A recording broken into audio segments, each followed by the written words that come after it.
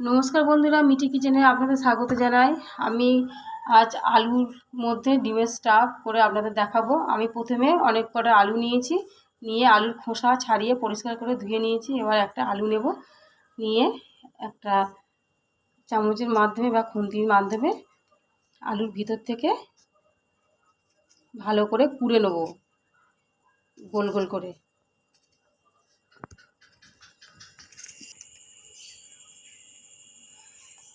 আমার এই আলুর ভিতর থেকে আমি প্রতিটা আলু এক এক করে আমি কুড়ে বের করে নিয়েছি ভিতরের শাঁসটা। আমি এবার দুটো ডিম নিয়ে নিয়েছি, এবার ডিমগুলো ফাটিয়ে নেব।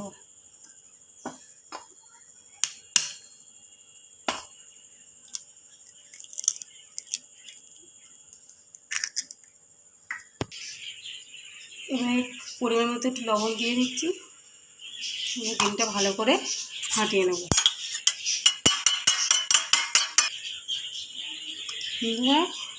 আমার ডিম ফাটানো হয়ে গেছে। আমি এবার এই ডিমটা আলুর মধ্যে দিয়ে দেবো, ফেটানো ডিমটা। আর এমনভাবে দেবো, কিন্তু পুরোপুরি ভর্তি করব না, একটু অল্প রাখবো, যেন ওটা সিদ্ধ করব। সিদ্ধর সময় যাতে ডিমটা না পড়ে না যায়, মুখ পুরো ভর্তি করব না।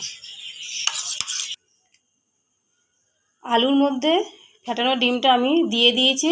এবার আমি কড়া গরম করে নেব। আলুগুলো এবার কড়াইতে দিচ্ছি, একে একে দিয়ে আমি সিদ্ধ করে নেব।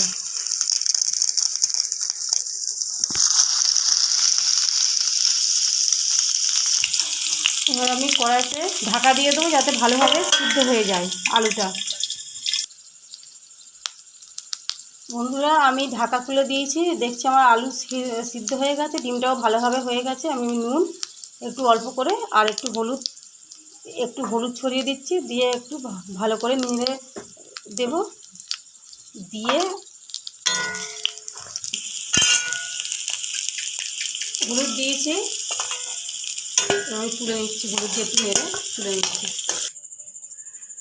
আমার আলু ভেজে তুলে নেওয়া হয়েছে। ওই তেলে আমি একটু গোটা গরম মশলা ফোড়ন দিয়ে নিলাম। এবার আমি একটু আদা আর রসুন কুচি দিয়ে দিচ্ছি,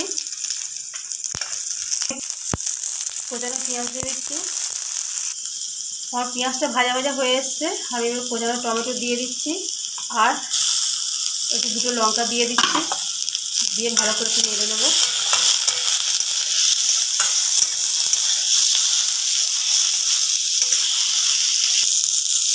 একটু অল্প নুন দিয়ে দেবো, কেন আগে একটু নুন দিয়েছিলাম টমেটোটা সিদ্ধ হওয়ার জন্য।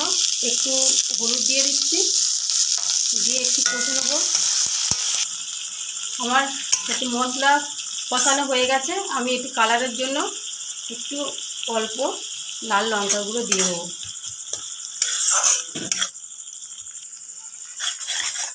পেস্টটা রেডি হয়ে গেছে। এবার আমি জল দিয়ে দিচ্ছি, পরিমাণ মতো জল দেব, যাতে আলুটা একটু সিদ্ধ হয়। ঝোলটা ফুটছে, ভালোই ফুটছে। এবার আমি ডিম আলুটা দিয়ে দিচ্ছি।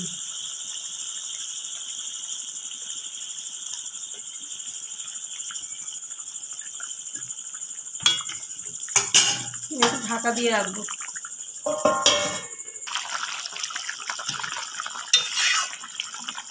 দেখছি যে ঢাকা তুলে দেখছি যে খুব সুন্দরভাবে এটা ফুটছে, বা কালারটাও খুব সুন্দর এসছে।